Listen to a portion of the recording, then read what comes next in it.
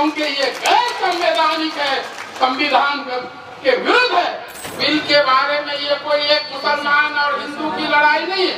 जिन लोगों ने ये कानून लाया है उसकी कोशिश यही है कि इस मुल्क में दो कम्युनिटी में इसी तरह हिंदू मुस्लिम करके लोगों को सड़क पर लाए और अपनी हुकूमत करें। मोदी जी बात करते हैं वन नेशन वन लॉ, फिर मुसलमानों के लिए वक्फ का अलग कानून, हिंदू टेम्पल्स के लिए अलग कानून। आपके बाप का मुल्क है। जब मजहब के नाम पर इस मुल्क का बंटवारा हो रहा था, हमारे आबाद और अजदाद ने मजहब को ठुकरा दिया कि हम इस मुल्क में रहेंगे। जनता दल यूनाइटेड में पिछले 15 साल से जुड़ा हुआ था और जिस दिन 4 अप्रैल को यह बिल पेश हुआ, मैं उसी दिन से पार्टी की सारी जिम्मेदारियों को छोड़ टेम्पल इंडोमेंट एक्ट मैं आपको कोई भी मुंह से बोल दिए वो चलेगा। वक्त के लिए आप कागज ढूंढ रहे, ये दोहरी नीति नहीं चलेगी। अस्सलामु अलैकुम व रहमतुल्लाहि व बरकातहू। नमस्कार, आदाब। वक्फ संशोधन कानून के विरुद्ध वक्फ प्रोटेक्शन मूवमेंट द्वारा आयोजित इस विरोध प्रदर्शन जलसे की सदारत कर रहे अमीर शरीयत बिहार, उड़ीसा, झारखंड जनाब हजरत फैसल वली रहमानी साहब, यहाँ पर मौजूद राज्यसभा में राज्यसभा सांसद, राष्ट्रीय जनता दल के वरिष्ठ लीडर मनोज झा जी, AIMIM के बिहार सदर, अमोर के माननीय विधायक अख्तरुल ईमान साहब, कोचा दानम के विधायक जनाब अलहाज इजहार अस्मी साहब, किशनगंज के माननीय विधायक इजहारुल हुसैन साहब, बहादुरगंज के माननीय विधायक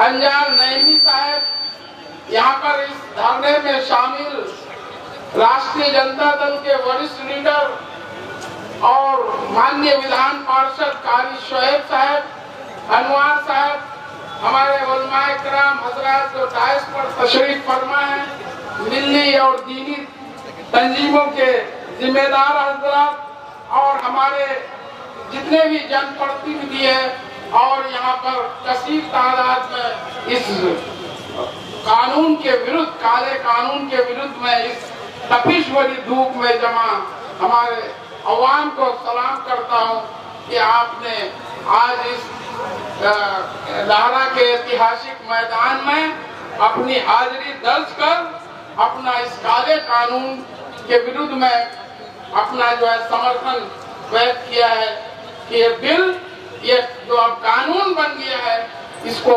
हम लोग मुनज़्ज़म तरीके से, जिस तरह से किसान आंदोलन लगातार साल भर से अधिक जो है इसका विरोध प्रदर्शन एक मुनज़्ज़म तरीके से कर उन्होंने केंद्र सरकार को मजबूर किया कि इस काले कानून को वापस लेना पड़ा। और जो है उसी तरह हम लोग भी, हमारे मिल्ली कौमी जो all India Muslim personal law board के जिम्मेदारान हैं, उनका भी यही तरीका है कि हम इस बिल के बारे में ये कोई एक मुसलमान और हिंदू की लड़ाई नहीं है। जिन लोगों ने ये कानून लाया है उसकी कोशिश यही है कि इस मुल्क में दो कम्युनिटी में इसी तरह हिंदू मुस्लिम करके लोगों को सड़क पर लाए और अपनी हुकूमत करें। आज इस बिल के खिलाफ पार्लियामेंट में 232 सांसदों ने वोट डाला, मात्र 24 सांसद हमारे मुसलमान थे। आज सभा में 93 सांसद थे, दर्जन भर सांसद भी मुसलमान नहीं थे। इस कानून के खिलाफ सुप्रीम कोर्ट में जो अपनी मजबूत दलील देने का काम किया, चाहे कपिल सिब्बल साहब हो, राजीव धवन साहब हो, मनु सिंघवी साहब हो, सीयू सिंह जी हो, सब हमारे जो है गैर मुस्लिम थे। और इस जो कानून के विरुद्ध जो जितने 73 याचिकाएं दायर हुई हैं, उसकी सुनवाई जो कर रहे थे चीफ जस्टिस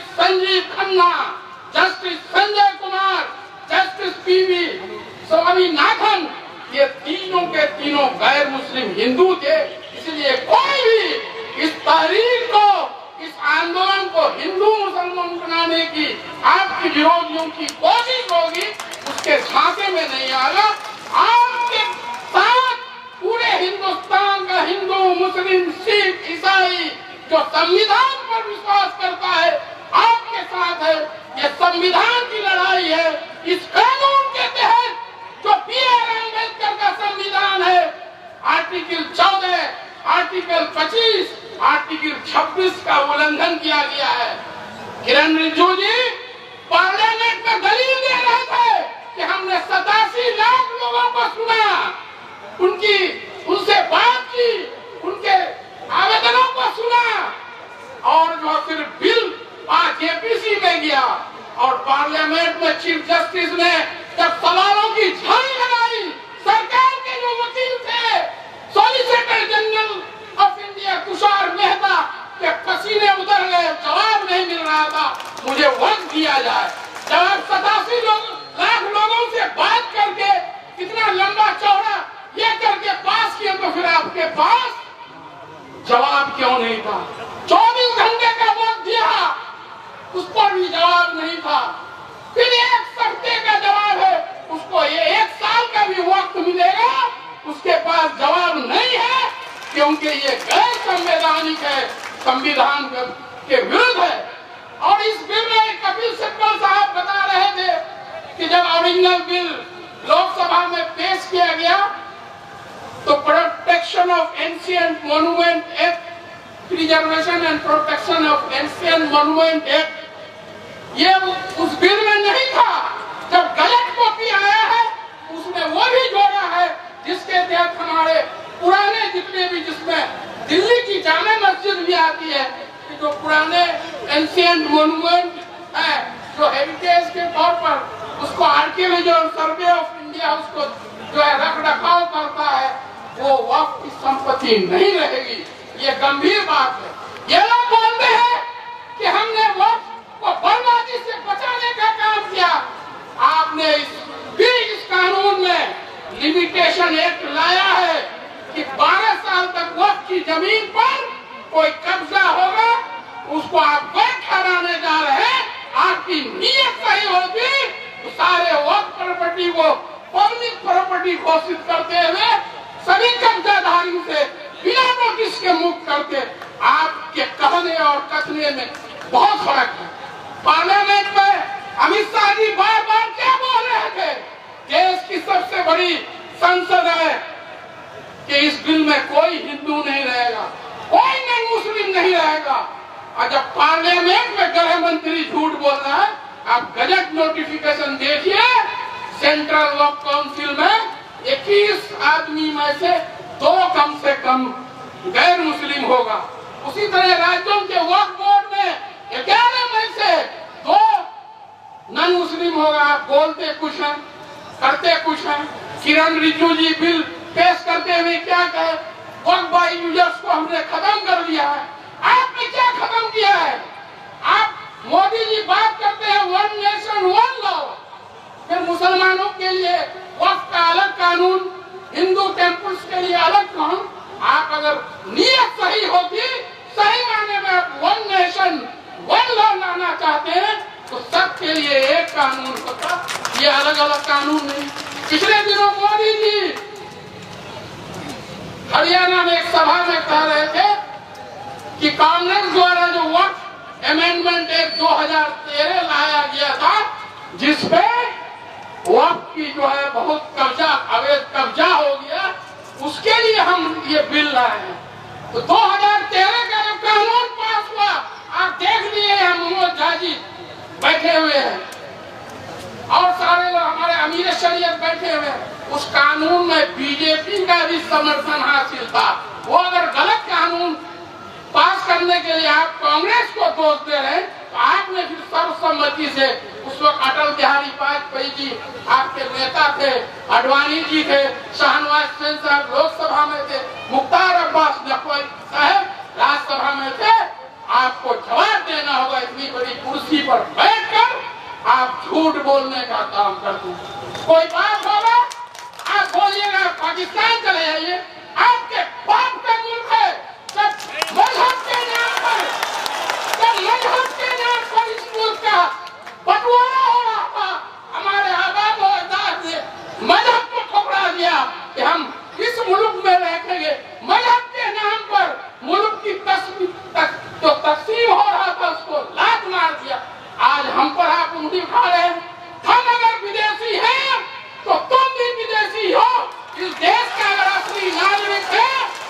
यहाँ के मूल आदिवासी जो है वही असली नागरिक है, बाकी सारे लोग यहाँ विदेशी हैं। आप लोग इतने बड़े पद पर रहते हैं और इस तरह की झूठ बोलते हैं, पार्लियामेंट में झूठ बोलते हैं, तो आदमी जाएगा तो कहाँ जाएगा। इसलिए मैं 15 साल से जनता दल यूनाइटेड में पिछले 15 साल से जुड़ा हुआ था, और जिस दिन 4 अप्रैल को यह बिल पेश हुआ, मैं उसी दिन से पार्टी की सारी जिम्मेदारियों को छोड़ दूं। 5 तारीख को मैं खुद अमीर शरीयत हजरत फैसल वली रहमानी साहब से मिलकर उनसे भी मशवरा लिया, उनसे भी गाइडलाइन लिया।